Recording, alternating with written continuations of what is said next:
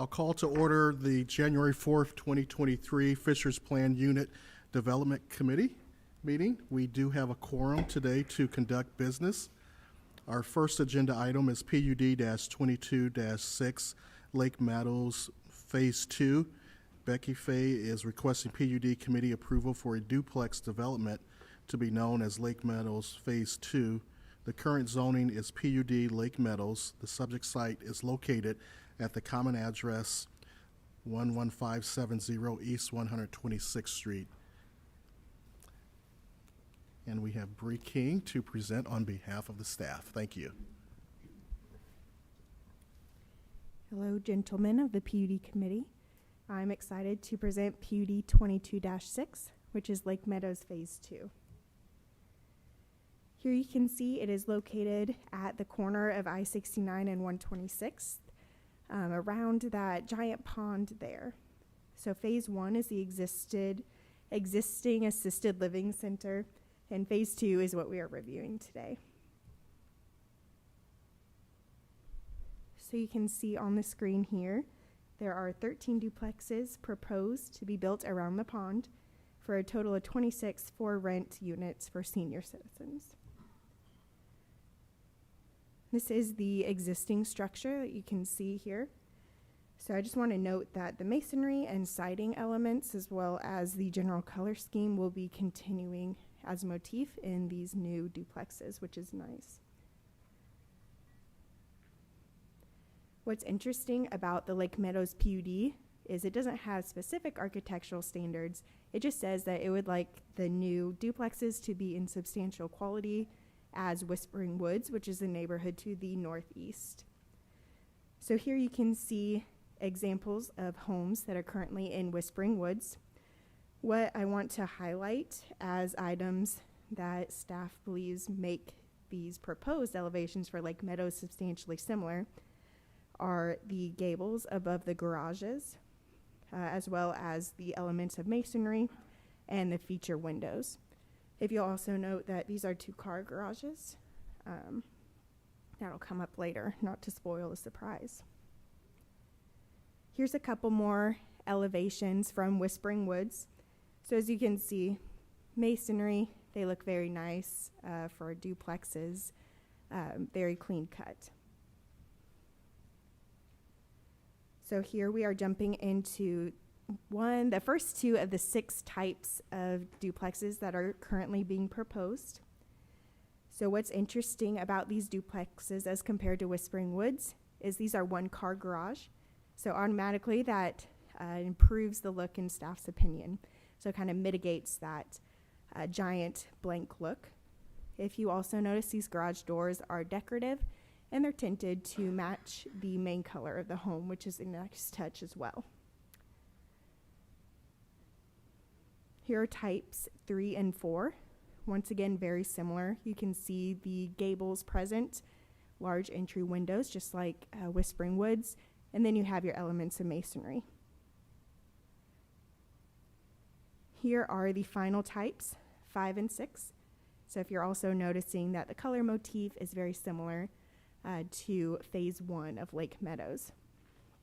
So staff does feel like these elevations are consistent in character and quality with the Whispering Woods neighborhood, and even in some cases exceeds that quality, for example, with the garage doors. So there is the masonry element, the varied roof lines that are similar, as well as an exciting feature that we had worked extensively with the petitioner on are those large front porches that we feel will serve the clientele very well. So staff does recommend approval as presented. We have worked extensively with the petitioner, who has been very great with working with us and updating these elevations. So petitioner is here if you have any questions for myself or the petitioner. Thank you. Would the petitioner like to present?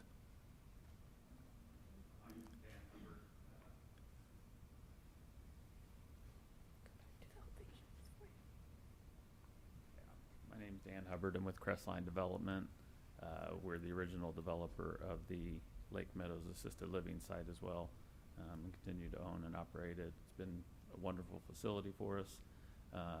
just a lot of wetlands on this area, and it took us a while to figure out how we wanted to rework or work the site. 'Cause IDEM actually gave us approval to fill in the pond, but not touch the wetlands. So it's been a couple of years of back and forth, and we didn't want to fill in the pond, and so this is very similar to what the original idea that we had come up with when we came to the PUD committee originally. I think we actually got one less unit in here because of the set-asides and stuff, when trying to stay as much out of the wetlands as we could. But we've worked on it for a long time, and staff's been great helping us walk us through it, because it is a different design than just one big building like we had done before. So happy to entertain any questions. Thank you. Board members, any questions or comments? Just a couple, I guess, more general comments. Architecturally, I think from a design standpoint, I don't have any concerns or issues. So these are senior targeted. Is there a direct connection with the assisted living facility then? Do they have access to the dining hall and things like that? We're still trying to work that part out, but yeah, we're designing it to, our thought is it'll be people that are in our assisted living and a close family member, a spouse or whatever, but not necessarily kids. That's one reason we limited it to one car garage. And Okay. Yeah, I just want to make sure from a connectivity standpoint, yeah, to the actual building, not just a sidewalk around the pond or something like that, that there's adequate access. Can you give me an idea, I guess, depth of the buildings off of the street? How far they'll sit back? I don't recall. It's like I said, it's been a couple of years that we've been working on this, and Especially with a one-car garage, I just want to make sure that there's adequate depth to the driveway. There's room to park in a car. Okay, along without the driveway. encroaching on any Correct. sidewalk or anything Correct. like that. Okay, that has been a concern of mine with some of the townhome developments, is they get so tight that the car ends up encroaching on the sidewalk, and now the people have to walk in the street, and that becomes an issue. This is fully ADA designed, so anticipating wheelchairs to be able to get throughout the property. And I don't know if you've ever come over and walked the path and stuff. It's a full ADA compliant path, so there's no step ups, anything like that, and this will continue into that. Great. Okay. No other questions? The only comment I've got is we need to make sure that the residents understand, because you're along I-69 corridor there, that the city of Fishers has nothing to do with sound barrier walls. I know. Okay? We get asked that question a lot when you're right up along 69. Can you please put up sound barrier walls? That's an NDOT project. I think we asked them. Yeah, NDOT's got to approve it. Originally. I know you can even put it in some of the declarations there, but I just want that on the record that Yeah. we don't put up sound barrier walls in Fishers. I think the wall extends about 400 feet onto the property, and that, I don't know how you go back on this thing, but the site plan, you can see, because the house is in Whispering Woods, they couldn't sell those lots, or it took a long time. Yeah. Right. So the last two that are actually kind of along that highway area are behind that sound wall currently. Yeah, I remember that. I mean, they came to us and they were screaming and yelling and doing everything else they could there, and we don't control that. We can't put up a sound barrier wall. It's an NDOT deal, so Yeah. as long as somewhere we've got it noted that's all I'm saying. But I think it looks good. It's a good Thank you. project. Off the record, I don't think the sound barrier walls do much good. No, I don't disagree with you, Sean, but they still ask for them. We Okay? actually got a lot of Yeah. compliments after we put the building up, because the neighbors across 126. Right, yeah. The building act has a better sound barrier, sure. I have a comment and a question. Mr. Curran said that's off the record, but I think it's on the record. You're on the record now. Yeah. Question regarding, as I understand it, it's 13 new duplexes, and we have, I guess, 6 different elevations that can be selected from. Well, we've told where each elevation was going, because that was part of the problem in the beginning, is the anti-monotony clause. Like, we were trying to work that out, and I couldn't get the architect to understand it so we brought in a designer, and Those darn architects. no, it was a particular architect. Sure, but that's where my question was going in terms of the monotony. Yeah. So So so they won't. we've have the set schedule of where they go, and there's no two alike next Okay. door next to each other. Thank you. If there's no other questions or comments, I would entertain a motion. Motion to approve. We have a motion. Second? Roll call, please. Okay. Mr. Curran, Yes. Mr. Peterson, Yes. Mr. Stevenson. Yes, Thank you. the motion carries. Thank you. Thank you all very much. Our next agenda item is PUD-22-20 Cynthian Woods. Rick Lawrence is requesting PUD committee approval for a 61-unit residential development. The property is currently in the process of being rezoned to PUD Cynthian Woods. The subject site is located southeast of 136th and Cynthian. And we have Bree King again for the staff to present. Thank you.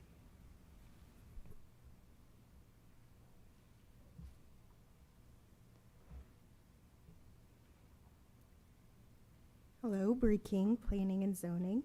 I return for PUD 22-20 Cynthian Woods, which is quite a different and exciting product, so I'm interested to see your comments.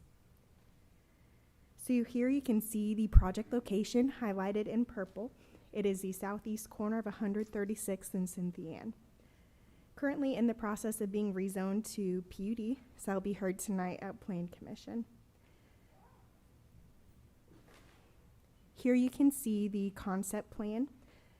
So the homes, the cottage homes, will be in the northern half of that property, and then the southern portion will be maintained as it is today, heavily wooded. Here is a good image for you to understand the community character.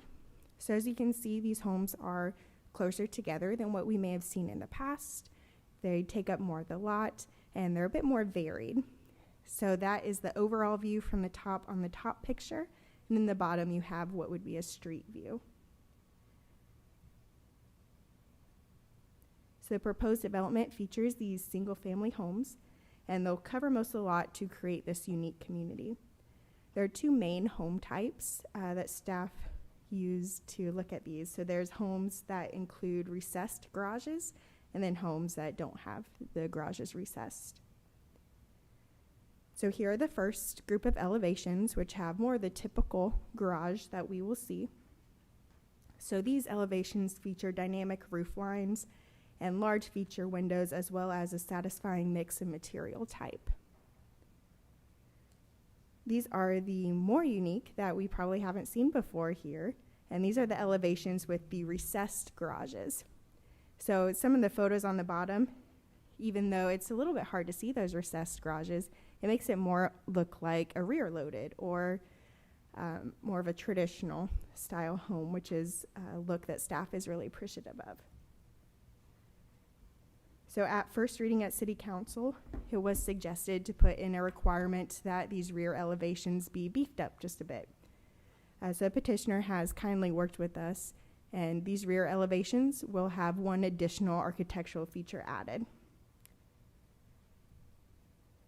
So staff does also recommend approval as presented for these elevations, as we believe it meets all the architectural requirements of the proposed PUD and will complement the character of the area.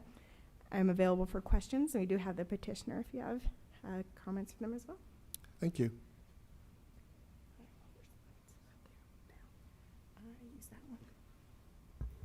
Good evening. For the record, my name is Rick Lawrence. I'm an attorney with Nelson and Frankenberger in Carmel, Indiana. With me tonight are John Dabashewitz, a land use professional with my office, Jesse Pullman with William Trace, and Todd Pyatt and Paul Clare with Pyatt Homes. Bree did a really good job of summarizing the matter before you this evening. I'm going to take a few minutes just to go over it real quick, and then if you have any questions, we're obviously here to answer those for you. As Bree indicated, this site is south of 136th Street on Cynthian Road. Here's a close-up view of that. Surrounding this site is the Barrington Estates neighborhood, Britton Falls neighborhood to the east and south, and then Hunter's Run, which is across Cynthian Road on the west side there. This is the concept plan before you this evening, as it shows 61 single-family for-sale homes to be built in generally the northwest quadrant of the parcel. We worked with staff, as Bree indicated, to clarify some of the architectural issues, but then we also worked with staff in the city to come up with a plan to donate the remainder of that parcel, which is shown as Greenway Trail Common Area, which is roughly about 2/3 of the site, to the city for a future park use, which won't be developed, and it'll maintain its character that you see there today. As Bree indicated, these are unique product for Fishers. We don't believe that there's a neighborhood that's been proposed or built that include these type of homes. These are what sometimes have been called zipper lots, where the homes kind of fit together with one of the garages recessed in the back, as Bree indicated, and one of the garages more towards the front. I would note that the front garage is recessed off of the front elevation of the home about 5 feet, so it's not a blank canvas in front of you as you go down the street. This provides a unique product. It provides some outdoor living space for homeowners to use, especially the areas between the two homes where the garage is behind and then the garage in front. It's kind of like a front porch area where kids and family members can congregate. These are character exhibits of the front of the homes. You can see that some of the homes are in the front, or some of the garages are in the front and others are in the rear. Bree had separated them out. This is kind of a commingling of them. Again, some elevations. As Bree showed, this is the rear elevations, which we believe, with the enhancements of the added windows on the garages on the red house and that gray house, really do make these houses that are going to back up against Cynthia Ann Road look more like fronts of houses. A lot of architectural features in this manner. At the top is an actual drone picture of this community that's built with these homes at 146 and River Road. The middle picture is an elevation rendering, and then the bottom is also a drone picture, so that's exactly what they will look like when they're built and how they're laid out. So with that said, we'll answer any questions you might have. We did work with staff and council members and their suggestions when we were at council in November to adjust the PUD and architectural standards and add excuse me, matters to resolve any questions that were out there. Thank you, Mr. Lawrence. Any question or comments from board members of the staff or the petitioner? Just, I guess, a couple quick questions. I'd like to address the garage doors. I'd like them to be more decorative if we can do that. I think we've been asking that all over. I think it's going to give it just a tad bit more character. The architecture I kind of enjoy. The architecture is a little bit more East Coasty, which is where I'm from. So I'd like that to be at least be looked at, you know, whether we add windows or we add something flary to those garage doors, because I think we've been pushing that all over the place. I think it gives that kind of just that elevated status when you're going there. Additionally, I want to make sure that, you know, are we okay at council? This has got 1 foot setbacks off the property line is what I remembered seeing. So, yeah, you understand there's zipper lots, and I understand what that term means, but you've got issues when you get to council out of 1 foot setback. Yeah, and we have a standard in there that's a minimum 10 feet between buildings, Yep. even though it has that 1 foot setback. So I haven't heard any concerns with those setback requirements. Okay, And I made sure to highlight that at council at first reading too. So I think we're good. A couple of them may have been asleep, so we're going to wait to see what happens, because I think we could end up with problems with 2, just FYI, but you got 9 on there, so we've got to hold the rest of them. So that's just a comment, Yep. overall thank you. comment. Additionally, it doesn't appear to be a lot of room off the back of the lots for adding whatever people like to add off the back of lots, whether it be a deck, whether it be whatever. So are we prepared at you know, zoning appeals to potentially deal with that, you know, as they come in, because they're going to be encroaching on that back lot line if they want to add a deck on the back, right? Because the minute people get there, they go, hey, this is nice, I want to add on. You know, how far are we going to allow them to go back there? We may want to look at that as well. I'm not saying to change anything you guys are doing. I'm looking down the road here going, I can see this going to Board of Zoning Appeals, and we should have at least some answer to that. Or when these guys are selling this product, they're going, you know, look, it has to sit as is. You know, if you build anything, you realize you have a setback requirement of X, right, as you're purchasing that home, right? So we're not inundating BZA with a bunch of people wanting to build decks, right? And, you know, I know that for a fact, because in my house, I immediately put an outdoor living area in mine, but I had plenty of setback to do it, right? This one's not gonna have that. So, you know, again, these are families. I think they're gonna be purchasing these homes because they look pretty sizable. Look, again, They're young nice. families Yeah. or older couples, like a step-down home. Yeah, I get it. And again, so either way, I think that could be one of those things. Again, nothing from you guys, you know, to deal with.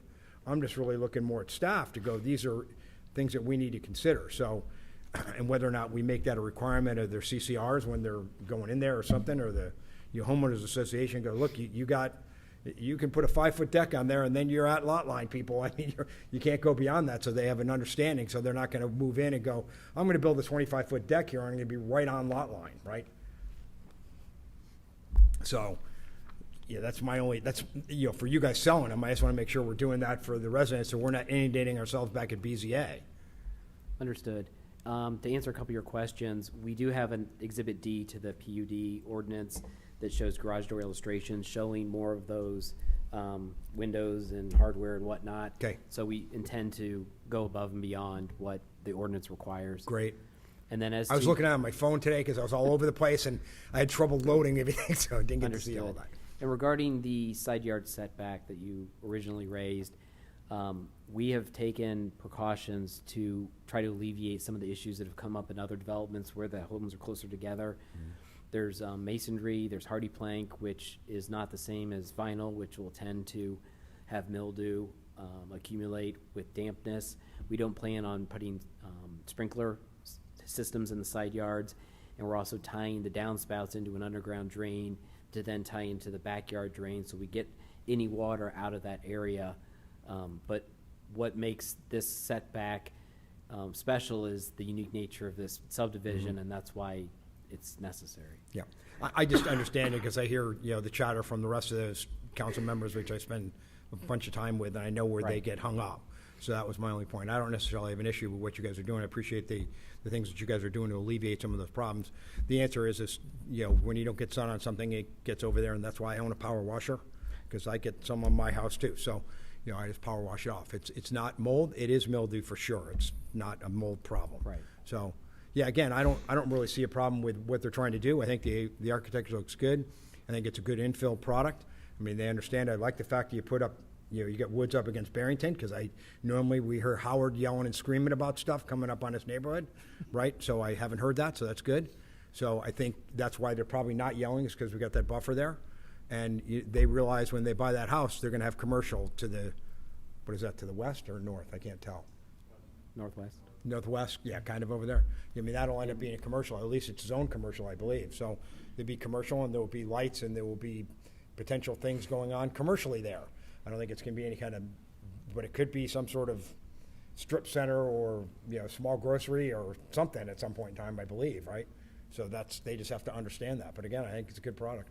Thank you. We did also have in-person neighborhood meetings with the board of Barrington Estates and with about 60 residents of Britton Falls, and then tried to do some Zoom meetings with Yep. Hunter's Run, just to get everybody to explain the project and then get any comments and concerns, which we've tried to address on various levels. Right. Yeah, again, I think it's a good project, so.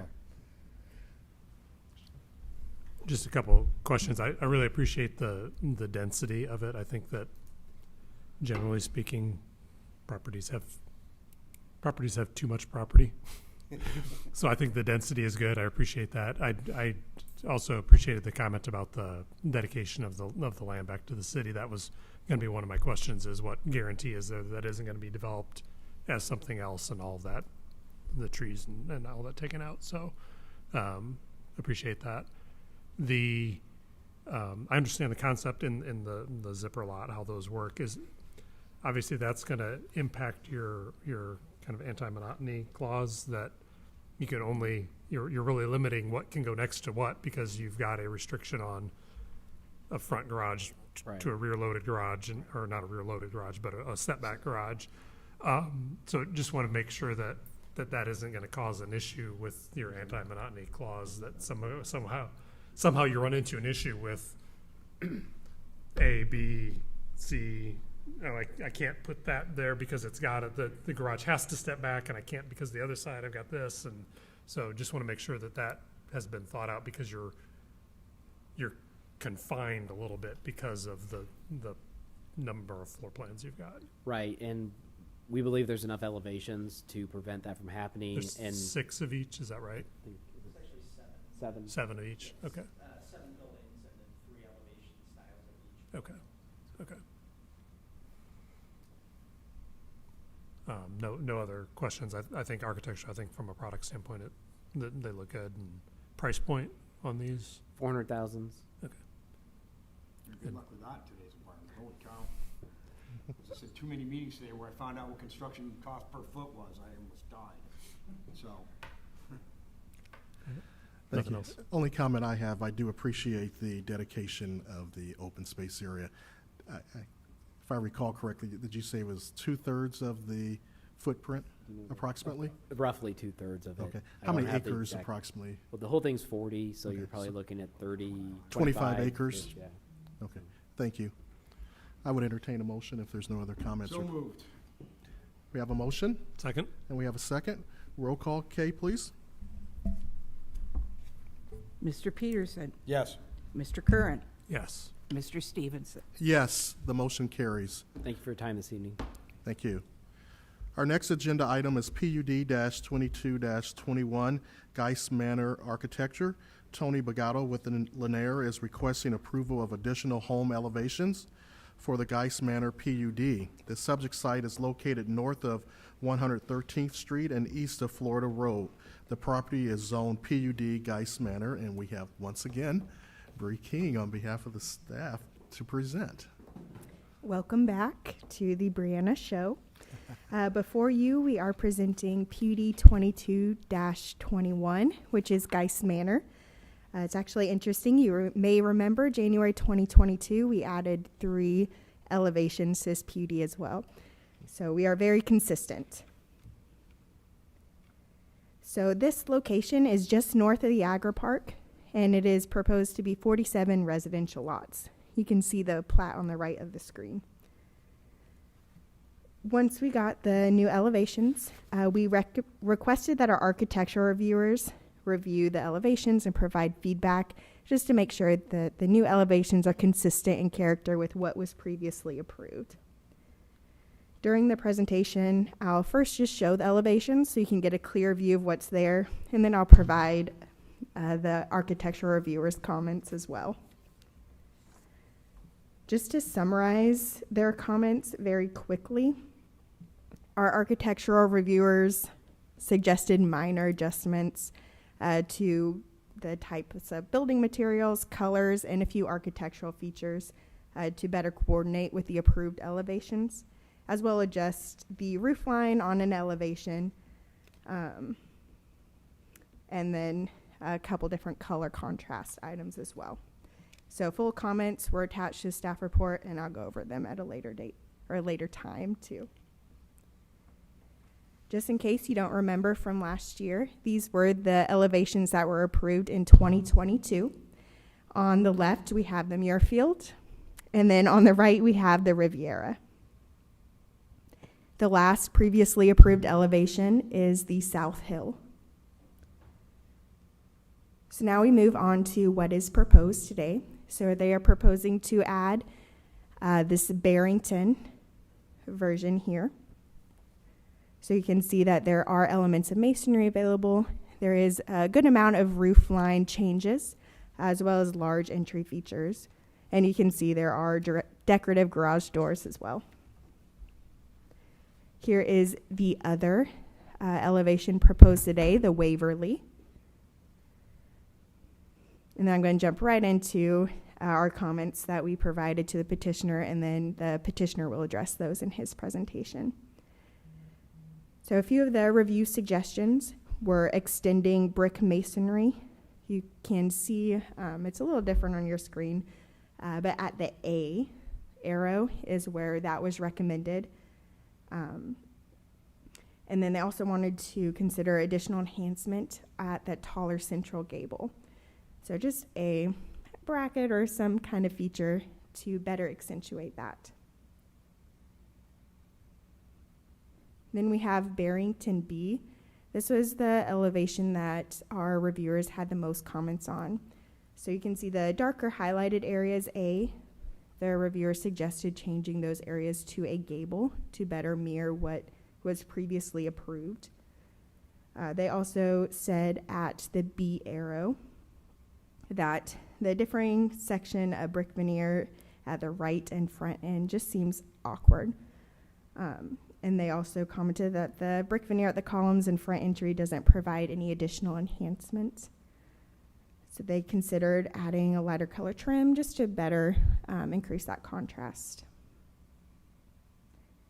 Then we have Barrington C. So again, consider extending that brick masonry up and then providing more contrast just to enhance that a little more. Next, we'll take a look at the Waverly elevations. So once again, a common theme of extending that masonry up and editing the color contrast just to get that look. Waverly B, again, you can see using the contrast and then a more robust columns on this just to really make that front entryway stand out since it is a bit recessed. Waverly C, again with the gables suggested changing those hipped roofs to the gable system just to better mirror what was previously approved. And again, considering more contrast between the panels and the trim color. So staff does recommend approval with the comments from Veritas addressed. So I will pass it over to the petitioner to be able to address those comments for you all tonight. Thank you. Good evening, Tony Bagata with Lennar Homes. With me tonight is Nicole Scott, our VP of Marketing and Sales, and Kylie Amick with Land Acquisition. And I want to thank staff for their time and effort. There's a lot of time to review these plans and appreciate the comments. As she mentioned, these are new to our collection of the estate. When we had the other plans approved last year, these were finished up by architects shortly after, or we would have introduced them all at the same time. Because currently our estate collection only has 3 floor plans with various elevations, so we're trying to expand that collection to create more diversity, which is our goal within this community. We would like to enhance our streetscape with a variety of new home types. The goal here, these homes are actually already currently being built in Vermilion, and then also at a community called Troy Estates in Carmel. These homes, they're within the same square footage, but they have a beautiful interior side, which you don't get to see. But these range from 30 to 70,000 higher than the homes that are already approved. These draw in a higher clientele because we feel that this brings in today's standards. The comments, we went through the letter, we reviewed them, and I'm not going to go through them all. I just want to kind of touch on briefly a few of the points. But we're trying to bring in with these homes more of a modern design. And what we're seeing in the market today with that design, there's more of a monotone look in some of these new homes versus these multicolor homes. And again, bringing in some of the elements that they're requesting, one starts to tie in too much similarity from the other homes, which we're trying to get actually away from. We're trying to keep diversity. And again, those are more traditional architectural features that we don't believe fits within kind of the design concept we're trying to go for. So it really kind of creates 2 issues that I'll focus on as for us as, Lennar within the community.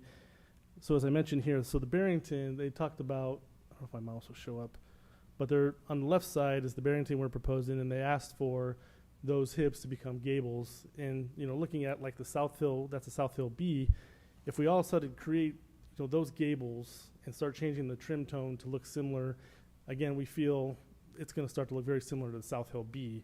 And that's a concern of ours. This is meant to be more of a modern, kind of clean, simple look.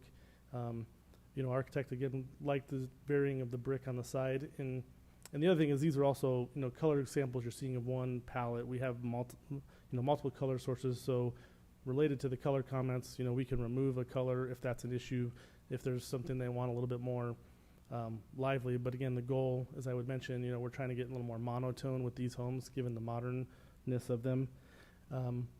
So my point there is you create those gables over the main focal points. We feel it can just be very similar to that home on the right, which is already approved. And then the Waverly is going for a much more modern, simple look. Again, a little more monotone on the left.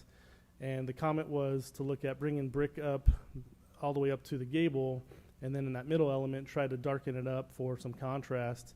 And this is another South Hill. This is South Hill A. Again, if we look at that proposal, we again believe it's going to start to look very similar to this option. So we think that's really moving away from our goals and objectives of what we're trying to achieve with the new homes. And then the second point, really, to bring in from a business practice as a home builder that builds in other communities, you would find it interesting. But we do hear feedback from customers if they bought a home, for example, in Vermilion, and we build something that's a little more custom here, they can or may get upset. And this has happened in other communities where they get upset saying, "I didn't know that was an option available," and that's a sales agent in another community that doesn't know we're doing this in this community. And so, really, from a marketing standpoint and from a business standpoint and our customer standpoint, we like to keep everything very, the same. We don't try to build custom homes in the sense of these little tweaks. It creates sometimes even trouble on the construction side, making sure the plans match what they're supposed to. And we believe that these homes are beautiful homes. We have an in-house architect that's been with the company for 30 years. And this is the intent that we're trying to achieve, from a marketing side, that the consumer seems to be interested in, as well as us as a builder. So, we don't want to ever come off appearing difficult with staff, or, we try to work with the city as much as possible, but we are respectfully asking to approve what we're proposing tonight, or we just wouldn't actually add them to the collection, is how we would feel. So with that, I'm available for any questions or comments. Thank you. Sean, I'll defer to you on the architectural consultant's comments and get your thoughts. Okay. I appreciate the reviewers' comments. I think I understand kind of their take on them. I guess from my perspective, I kind of like the differentiation architecturally. I know we've had other projects in the past that have come before the PUD committee, either multifamily or residential, where there's been hey, let's look at something a little bit more modern, a little bit different than what everybody else already has in Fishers. So I think that maybe these are kind of stepping towards that. So I don't want to discourage it, I guess, from that standpoint. And I think, architecturally, I think, this one that you've got up right now, I think, yeah, I would, if I was buying a house and those were my two options, I'd pick the Waverly as it sits today. I think it's architecturally, I think it's a very nice looking, kind of a modern take on a farmhouse look, which I'm guessing is kind of the look Correct. you were looking for, which I think you lose that if you add that brick all the way up, and now it's going to look just like the other one. The Barrington one, I think that one obviously has a much more contemporary look to it. I don't have a problem with it. I'm not the marketing person or the salesperson, so I don't know. Does that go too far from a sales perspective of someone looking for something a little bit more modern, or someone looking for something a lot more modern? That's not my job to do, obviously. And you're building these to order, so you may find that nobody picks that one, or you may find that a lot of people pick it. I guess I would, on that one, again, I don't know that I would necessarily say add the gables to make it look like the other ones, because again, if you're trying to differentiate, are you creating more of the same by trying to differentiate it? Yeah, and especially with 47 homes and the anti-monotony code, we felt having more variety would be better, that was kind of our concern in reviewing the comments, that it would be too similar. Yeah, so I guess from my perspective, if there are elements that make sense, that enhance what's presented and still maintain that a little bit more contemporary feel, then I'd be okay with them. But I don't know that, from my perspective, that I would require it. Thank you. I'd buy the Barrington today. I like it a lot. I like the hip roof. Maybe I'm just a more modern guy. Not that I have a distaste for the gables, but at the end of the day, that home was not designed to have gables. I can tell looking at it right now. I like the look. I love the square windows above the garage side. I love that they're high. That means I don't have to put, blinds on them immediately when I move in, so people can't look into my garage and find out what they want to steal. So I like that too. If we go over to the other one, Tony, if you will, again, it's a farmhouse look for me. I'm not a huge fan of white, but you can paint whatever color you want to paint it as long as it goes into the color scheme. I do love the awnings that are out front of it. I think that's awesome. I just think that's a cool addition to it. I don't need to have brick all the way up the house. I understand from a maintenance standpoint, and people kind of associate brick and hardscape with a more luxurious house, but I would love to see the way these things are accoutramented inside, particularly at your price point, Yeah. right? I mean, they're going to be pretty high-end. You're in a very high-end area. I mean, you're encroaching in right on that estate residential going over there to the northeast, I think. And then, yeah, you've got intercoastal down below that deal. Now, the homes up to the other side are starting to maybe scale down a tad, but not really a lot, Yeah. right? There still appeared to be, at least in the red arrowed stuff, who owns the tree line down there, Megan? That would be to the east of there? Because I saw the block that was there for where they're going to develop, but the tree line's being preserved. I mean, that's a big That's hunk of part of our trees. property. Is it? Yeah, that's a It'll be big common hunk of area. trees. And we're going to protect that Yep. whole barrier of trees because that's a state residential on the other side of it. Yeah. I mean, there's no question that they're not going to want that thing to come down. Right. Although if I were a kid, I'd immediately go in there and build a tree for it. So, yeah, I guess, Megan, I understand what they wanted to do, Veritas wanted to do, and I work with Veritas all the time. I think they're great guys. I'm just not seeing what they're saying as a big kind of hurdle for me.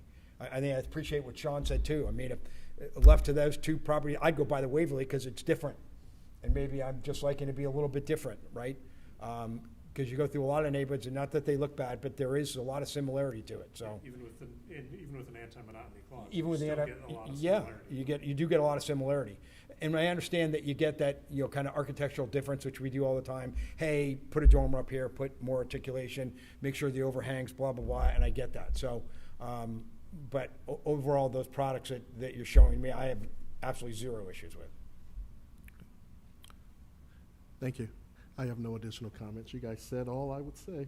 I would entertain a motion if there's no other comments or I'll questions. make a motion to approve as presented by the petitioner. Took the words out of my mouth. I We have- second it. We have a motion and a second. Kay, roll call, please. Mr. Peterson, Yes. Mr. Curran, Yes. Mr. Stevenson. Yes, the motion does carry. Thank you. Have a good evening. The next agenda item is PUD-22-22, Commons at Fishers District Event Center. Thompson Thrift is requesting approval of architecture for the new event center located in the Commons at Fishers District. The subject site is located on the east side of USA Parkway, south of the yard at Fishers District. And we have Megan to present on behalf of Yes, this. switching it up on you. Thought I'd give Bree a break here. All right, so this is for the new event center that I'm sure you all are familiar with. We've been talking about it a lot over the last few months. But just to reorient us, so this is located south of 116th Street, east of I-69, just south of the Fishers District area that as it exists today, but this will be considered as a part of Fishers District as that area expands. And then I do have the concept plan shown here, and then the arrow pointing to the building that is the event center that we're talking about today. So there's several buildings within the Commons at Fishers District, and we're here today to discuss just the event center. So here is the rendering this is the north elevation. So this would be if you were in the central lawn area here, north of the site. This would be that front entrance point. And then here's just a different angle of that same facade. So this is on the other side of the building, looking south. So here are the different elevations, all four sides of it. The proposed materials do include various brick tones. We've got tan, burgundy, and off-white. We've got metal paneling and aluminum framing. So those are the general materials of the building. You can see here all of those just laid on top of each other to give you the character of what the building will look like. The event center itself is proposed to be 77 feet tall, and it will seat about 8,500 people. So it's considered a mid-size event center.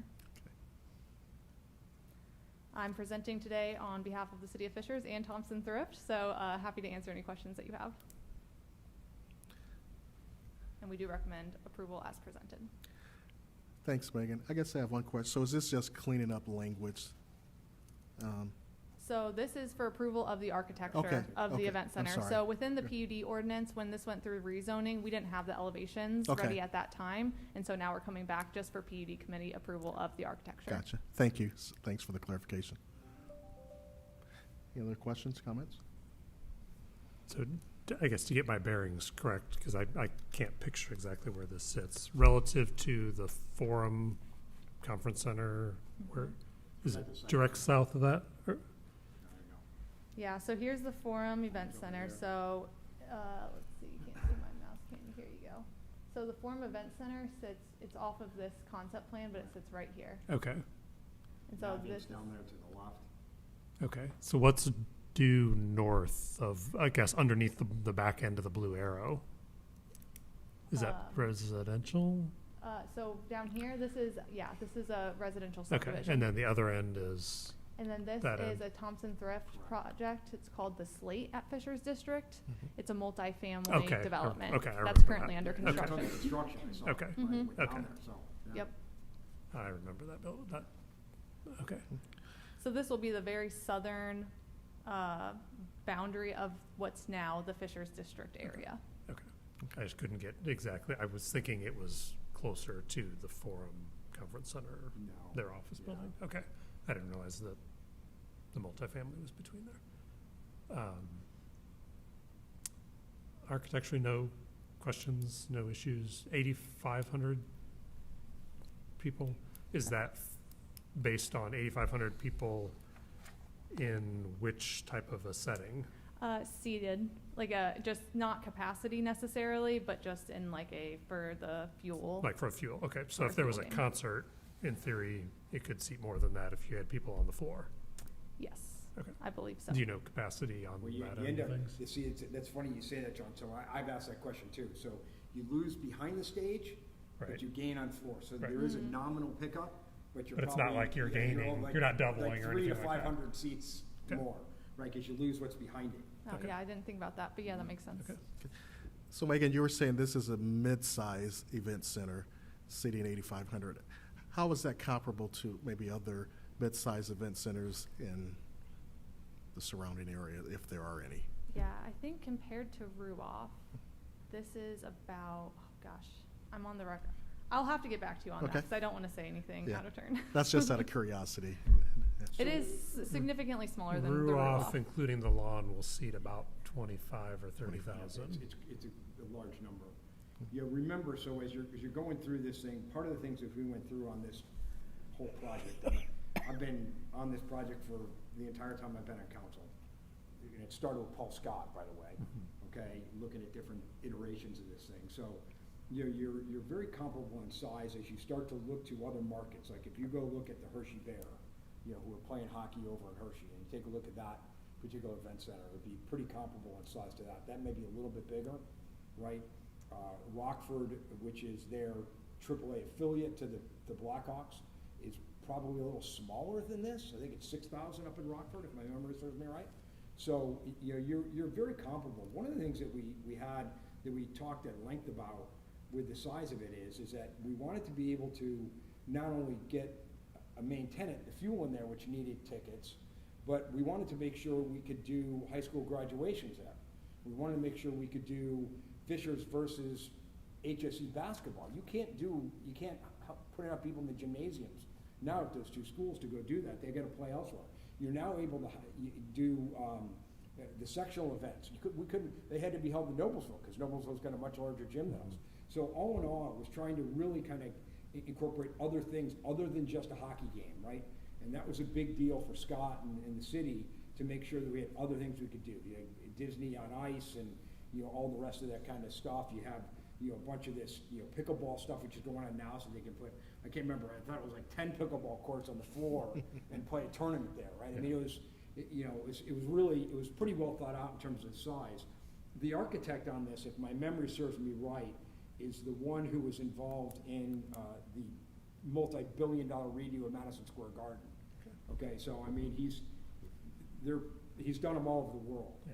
This guy, and I urge you, Sean. It's a pretty cool website they got. Yeah. I can't remember who they are, but he's done these all over the place, and I'm incredibly comfortable with that group. So But all in all, I think it's pretty cool architecture. I like Yeah. the breakup of Yep. everything. Yeah, architecturally, I don't have any Right, I concerns mean, with yeah, it. I think it looks pretty neat. Will the fuel continue to practice at the fuel tank and play here? Well, they practice in Or- both down at, they currently practice down at the fairgrounds. Also, So, yeah, Okay. they don't always practice up at the fuel tank.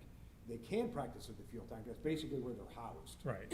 right? That was You why I get two asked, seats is, at- will the apartments stay oh, yeah, they're not- functional as they're they're not currently moving. used? Yeah, I don't think they're moving from They're that not moving. location. He's got They'll a still house utilize plan, so that. they'll stay there. Okay. You know, really what they use over there, Sean, to be quite frank, is they use the gym up on the top level in there, Okay. more than they use the ice. More for the workout. Yeah, the function. workout, because you've got youth hockey and everything else going on. Yeah, there's enough And other the other stuff one, I've going on been, there. spent way too much of my life inside of that other one to know what goes on in there.